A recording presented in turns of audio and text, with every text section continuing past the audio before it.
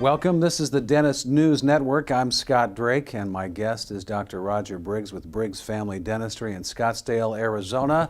Doctor, welcome back. Thank you. Good to be here. Doctor, today we're going to talk about crowns, which is something that many people have to experience. Why would somebody have to get a crown?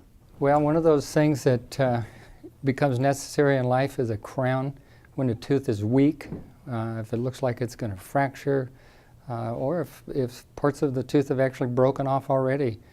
Crowns are generally what we do in dentistry to help keep that tooth for as long as we can and hopefully the rest of your life. Doctor, gold is often used as a crown material. Is that still happening, and has the price of gold affected the overall cost? Yeah, you know, there's a lot of patients that they like the durability of gold.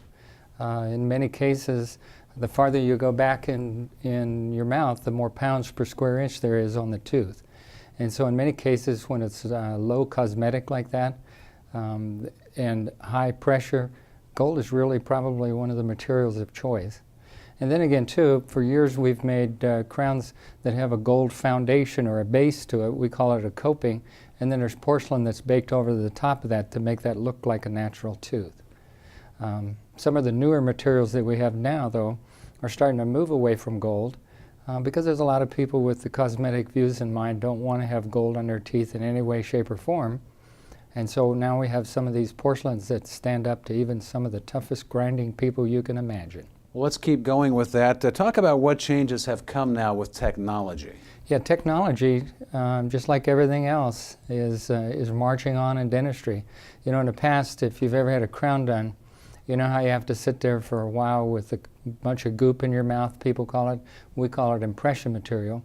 The technologies now allow us to make these crowns without that impression material by just taking digital pictures of the tooth. And actually the accuracy has gone up on that. Lots of technological changes in that field. All right, now do crowns ever go bad? You know, that's a good question. I've got a crown that's been in my mouth for 46 years.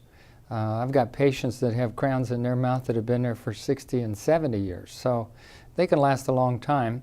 But it's like everything else. The crown can last, but decay can occur around it. Some of the porcelains, if people catch it just right, they can fracture the porcelain. And some people can wear right through a crown, and that's when it's time to replace it. I guess in closing, it's always a good idea to have a periodic checkup of your crowns and other teeth.